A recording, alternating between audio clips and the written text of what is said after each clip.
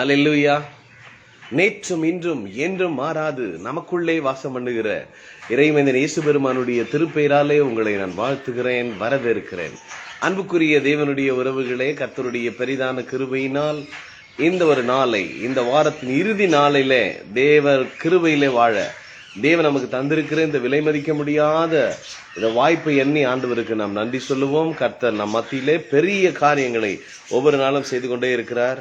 இந்த நாள் தியானத்துக்கு எடுத்துக்கொள்ளப்பட்ட கர்த்தருடைய வார்த்தை உபாகம புஸ்தகம் 33ஆம் அதிகாரம் 2வது வசனத்தை நாம் பார்க்கலாம். கர்த்தர் சீனாயிலிருந்து எழுந்தருளி சேயீரிலிருந்து அவர்களுக்கு உதயமானார். பாரான் மலையிலிருந்து பிரகாசித்து 10,000 பரிசுத்தவான்களோடு கூட பிரசன்னமானார். அவர்களுக்காக அக்கினிமயமான பிரமாணம் அவருடைய வலது கரத்திலிருந்து புறப்பட்டது.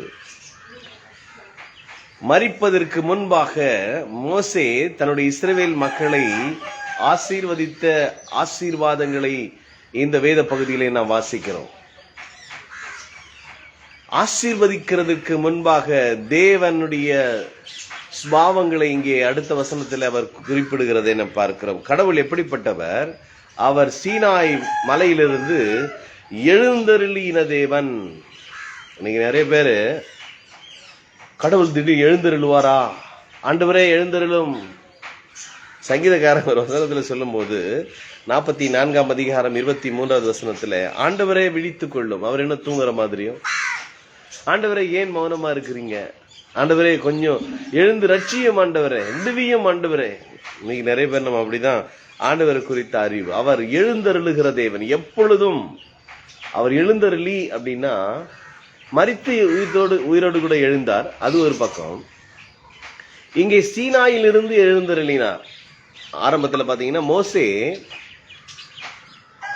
ஊழியத்துக்கு அழைக்கப்படுவதற்கு முன்பாக அவன் ஒரு காட்சியை கண்டான். பச்சை முச்செடி எரிகிறதை கண்டார். அப்ப முச்செடியிலிருந்து கர்த்தர் எழுந்தருளினார் அப்படின்னா தோன்றினார். அவர் திடீர் என்று சொல்லி அவரை காண்கிற கண்களை கொடுக்கிறார். அதாவது எப்பொழுதும் அவர் இருக்கிறாருங்க, எல்லாருக்கும் தெரியுறது இல்ல. இங்கே ஆண்டவர் எழுந்தருளுகிற தேவன் என்பதை புரிந்து கொள்ள வேண்டும். உங்க வாழ்க்கையில சில பாத்தீங்கன்னா பிரச்சனை வந்துட்டோம், ஆண்டவரே வாங்க வாண்டு எழுந்தருள், இது செய்யுங்க ஆண்டவரே, சந்திங்க ஆண்டவரே அப்படின்னு நம்ம சொல்லுவோம். ஆண்டவர் அவருடைய ஸ்பாவம் எப்பொழுதும் பழைய உடன்படிக்கையில திடீர்னு வருவாரு, பாப்பாங்க, தரிசனம் கொடுப்பாரு, பேசுவாரு, கடந்து போயிடுவாரு. ஆனா புதிய உடன்படிக்கையில என்றென்றைக்கும் உலகத்தின் முடிவு பரியந்தம் சகல நாட்களும் அவர் இந்த உலகத்துல வரும் பொழுது அப்போஸ்தலர் 1ஆம் அதிகாரம் 11வது வசனத்துல கலிலேயராகிய மனுஷரே ஏன் வானத்தை அண்ணாந்து பார்த்து கொண்டிருக்கிறீர்கள், உங்களுக்காக எழுந்தருளி போன, வானத்துக்கு எழுந்தருளி போன, பரலோகத்துக்கு எடுத்துக்கொள்ளப்பட்ட இந்த ஆண்டவராகிய இயேசு கிறிஸ்து எப்படி எழுந்தருளி போனாரோ அதே போல மறுபடியும் வருவார் என்று சொல்லி ஒரு தகவலை அங்கே அறிவிக்கிறதை பார்க்கிறோம். அவர் எழுந்தருளுகிற தேவன். எழுந்தருளினா அதை தோன்றி செயல்படுகிற ஆண்டவர் என்பதை நாம் மறந்து போக கூடாது. ஆனா புதிய உடன்படிக்கையில இங்க பாத்தீங்கன்னா பழைய உடன்படிக்கையில சீனாய் மலையிலிருந்து இஸ்ரவேல் மக்களுக்கு அவர் ஆசீர்வாதத்தை கொடுத்தார். மலையிலே அவர் தோன்றினவர். அவரே ஒரு கண்மலையாக இருக்கிறார். அவரை நாம காண்கிற கண்கள் ரொம்ப முக்கியம். இன்றைக்கு தேவன் சீனாய் மலையில் இருந்து அல்ல, புதிய உடன்படிக்கையில இப்ப நம்ம எப்படி தேவன் வைத்திருக்கிறான்னு ஒரு வசனத்தை மட்டும் நான் காட்டுறேன். எபிரேயர் நிருபம் 12ஆம் அதிகாரம்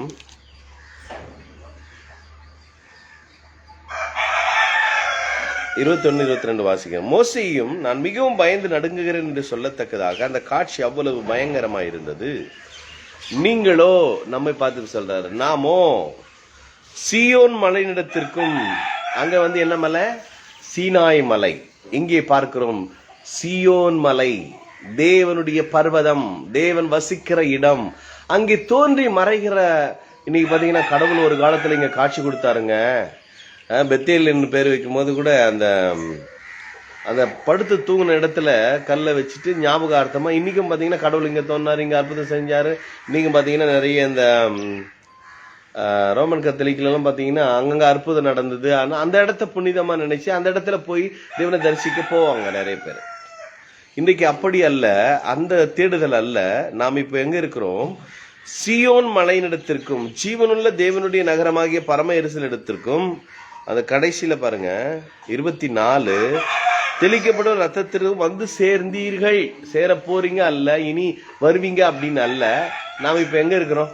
இந்த நிலையை நம்ம புரியணும். இனி ஆண்டவர் என் வாழ்க்கையில வந்து தோன்றுவார், எனக்கு ஒரு அற்புதம் செய்வார், கூட வருவார், இருப்பார் அப்படின்னா இன்னைக்கு இல்லைன்னு அர்த்தம், இன்னைக்கு வரலன்னு அர்த்தம். ஆகவே விசுவாச பெருமக்களே, நாம் ஆண்டவரை எப்பொழுதும் பெற்றிருக்க. புதிய உடன்படிக்கையில 20ஆம் அதிகாரம் மத்தியில பாத்தீங்கன்னா 28-20 எல்லா நான் சகல நாட்களும் நான் உன்னோடு கூட இருக்கிறேன். நம்ம விட்டு அவர் விலகிறதே கிடையாது. Always with you. தேவன் நம்மோடு கூட இருக்கிறார். இம்மானுவேல் என்றால் தேவன் நம்மோடு இருக்கிறார் என்று அர்த்தம். அப்ப நம்ம விட்டு விலகிறதே இல்லை. அவர் எல்லாத்தையும் பார்த்துட்டு இருக்கிறார். நம்ம ஆலயத்துக்கு போவது மட்டும்தான், வேதம் வாசிக்கும் போது மட்டும்தான் தேவன் நம்ம கிட்ட பேசுறாருன்னு நினைக்கிறாங்க. இல்ல, எல்லா நாளும் எல்லா என்றென்றைக்கும் அவர் நம்ம கூடவே இருக்கிறார் என்கிற அந்த உணர்வு ரொம்ப முக்கியம். அவர் எழுந்தருளுகிற தேவன். அவர் எழுந்தருள நமக்குள்ளே இன்றைக்கு நாம் அவரோடு கூட இருக்கிறோம் என்கிற நிலை தான் ரொம்ப முக்கியம். அன்னைக்கு பாத்தீங்கன்னா எழுந்தருளி சில காரியங்களை செய்ய வேண்டிய சூழ்நிலை, அதை தேவன் அங்கே செய்திருக்கிறார். இன்னைக்கு கூட உங்க வாழ்க்கையில சில காரியங்கள் எழுந்தருளும். நீங்க எழுந்துருவீங்க, நீங்க இருக்கிற இடத்துல இருந்து எழுந்து போயிடுவீங்க. அதாவது அந்த குஷ்டர் அது கால் முடமானவன் ஆலயத்துக்கு போறாங்க. அவன் கேட்கிறான், ஆண்டவர் ஏதாவது பிச்சை கேட்கிறான், ஏதாவது கிடைக்குமான்னு சொல்லி. அப்ப அவன் சொல்ற, வெள்ளியும் பொண்ணும் என்னிடத்தில் இல்லை, நீ எழுந்து நட, எழுந்திருக்க வேண்டும். இருக்கிற இடத்தை விட்டு, ஆபிரகாம கூட அப்படிதான் சொல்லுவார், நீ இருக்கிற இடத்த விட்டு கொஞ்சம் மூவ் பண்ணுவா. ஒரே இடத்துல எத்தனை நாள் தான் அங்கதான் தெரியுது, அங்கதான் இருந்தா இங்க நம்ம சரியில்லைன்னு தெரியுது. அப்ப கொஞ்சம் இடத்த மாத்து. ஒரே இடத்துல தான் தூங்குவேன், ஒரே இடத்துல தான் படிப்பேன், இங்கதான் நான் இருப்பேன், இது எங்க அப்பா சொத்து, இதான் நீ நிறைய பேர் அப்படிதான் இருக்கிறோம். அதனால மாற்றங்கள் வரவில்லை. அன்புக்குரியவர்களை, நம்மை தேவன் ஒவ்வொரு இடங்களிலும் உலகத்தின் சகல இடங்களுக்கும் நம்மை சாட்சியாக நிறுத்த வல்லவராக இருக்கிறார். எழுந்தருளுவோம். தேவன் எழுந்தருளி காரியங்களை செய்கிற தேவன். பழைய உடன்படிக்கையில, புதிய உடன்படிக்கையில இப்ப நம்ம எங்க இருக்கிறோம்? நம்ம அவரோடு கூட சீனாய் மலை இல்ல, இன்னைக்கு சீயோன் மலை அனுபவம். நமக்கு சீயோனில் அவரோடு கூட நம்மை உட்கார வைத்திருக்கிறார். எபேசியர் 2:8 சொல்லுகிறது, 7 சொல்லுகிறது, 1 கடைசி 21 சொல்லுகிறது, நம்மை அவரோடு கூட எழுப்பி உன்னதங்களிலே உட்காரவும் செய்தார். நம்ம அவரோடு கூட இருக்கிற ஒரு அனுபவம். இந்த அனுபவத்துல தான் நாம் பேசணும், நாம் நடக்கணும், செய்யணும். ஆகவே நாம் இங்க இருக்கிறோம். நீங்க பார்த்தா தெரியல, என்னை சுத்தி 16 தேவதூதர் இருக்கிறோம். அந்த ஒரு லிஸ்ட் அவுட் பாருங்க. நீங்க சீயோன் மலையினிடத்துல, தேவனுடைய நகரமாகிய பரம எருசலேமிடத்துல, 1000-10,000 தேவதூதரிடத்திலே, பரலோகத்தில் பேரெழுதி புதர் சர்வ சங்கமாகிய சபையினிடத்திற்கும், யாவருக்கும் நியாயாதிபதியாக தேவனிடத்திற்கும், பூரணராக்கப்பட்ட நீதிமானுடைய ஆவிக்கும், புது உடன்படிக்கையின் மத்தியஸ்தராக இயேசு கிறிஸ்துவிடத்திற்கும், ஆபேலின் ரத்தம் பேசினதை பார்க்கல நன்மையானவைகளை பேசுகிற தெளிக்கப்பட்ட ரத்தத்திற்கு வந்து சேர்ந்தீர்கள். எங்கே இருக்கிறோம் என்ற உணர்வு ரொம்ப முக்கியம். ஆகவே அங்கே நாம் பார்க்கும் பொழுது ஆசீர்வாதத்திற்கு முன்பதாக தேவனுடைய தன்மை அவர் வெளிப்படுத்துகிறார். அவர் எழுந்தருளினா, அவர் எழுந்தாலே அங்க ஆசீர்வாதங்க. அவர் இருக்கிற இடத்துல எல்லா அமைதி இருக்கும், சந்தோஷம் இருக்கும், சமாதானம் இருக்கும்.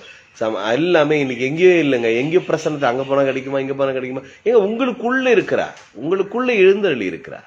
ஒவ்வொரு நாளும் ஆண்டவரே என்னை சுகமாய் தங்க பண்ணினீர், விழித்துக் கொண்டேன், உம்முடைய சாயலால் திருப்தியாவேன். பழைய ஏற்பாட்டு வசனம் மாதிரி ஆண்டவரை எழுந்தருளும், விழித்துக் கொள்ளும், என்னை தள்ளிடாதீங்க. தேவ சபையில் தேவன் எழுந்தருளி இருக்கிறார். இன்னைக்கு எழுந்தருள இனி உருவாக போகிறார் அல்ல, அவர் எப்பொழுதும் என்றென்றைக்கும் நம்ம கூடவே இருக்கிறார் என்பதை நாம் புரிந்து கொள்ள வேண்டும். அவர் கண்களுக்கு முன்பாக பார்க்க வேண்டும். எப்படி எழுந்தருளி போனாலும் மீண்டும் அவர் வர இருக்கிறார். அவருடைய வருகைக்காக இந்த உலகத்திலே நாம் ஒவ்வொரு நாளும் விழித்திருந்து வாழுகிற அனுபவத்திலே வாழ்வோம். அவர் எழுந்தருளி இருக்கிற தேவன், நாமும் உலகத்திலே விழித்திருந்து தேவ சாயலை அநேகருக்கு வெளிப்படுத்தி வாழ்வோம். நாம் செபிக்கலாம். என்னை உண்டாக்கின தேவன் நீர், உறங்குவதும் இல்லை, தூங்குகிறதும் இல்லை. என்னில் அவர் கண்ணை வைத்து ஆலோசனை சொல்லுவார், சத்தியத்தின் பாதையிலே நித்தமும் நடத்துவார். ஆமாண்டவரே, எங்களை நித்தமும் சத்தியத்தின் பாதையிலே, ஒரு நித்தியத்தின் பாதையிலே, ஆண்டவரே, பரிசுத்த பாதையில நீர் எங்களை நடத்தி கொண்டிருக்கிற கிருபைகளுக்காக நன்றி சொல்லுகிறோம்.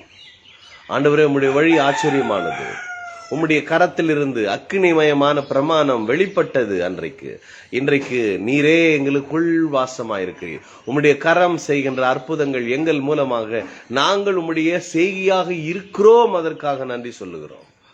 ஆண்டவரே, நற்கிரிகளை செய்வதற்கு எங்களை ஆண்டவரே உம்முடைய சிருஷ்டிகளாக ஆண்டவரே எங்களை சிருஷ்டித்தீரே. உம்முடைய செய்கையாக எங்களை மாற்றினீரே. உம்முடைய கரமாக்க, உம்முடைய ஒவ்வொரு அவயமாக எங்களை வைத்திருக்கிறீங்க. நன்றி சொல்லுகிறோம். எங்களுக்குள்ள இருக்கிறீர். என்றென்றைக்கும் நிரந்தரமாக தங்குகிற சத்திய ஆவியானவர் எங்களுக்குள்ளே வந்து எங்களை ஆளுகை செய்கிறேன். அதுக்காக நன்றி சொல்லுகிறோம். இந்த உணர்விலே நாங்கள் வாழ உதவி செய்யுங்கப்பா. கர்த்தாவே, நீ நல்லவர்.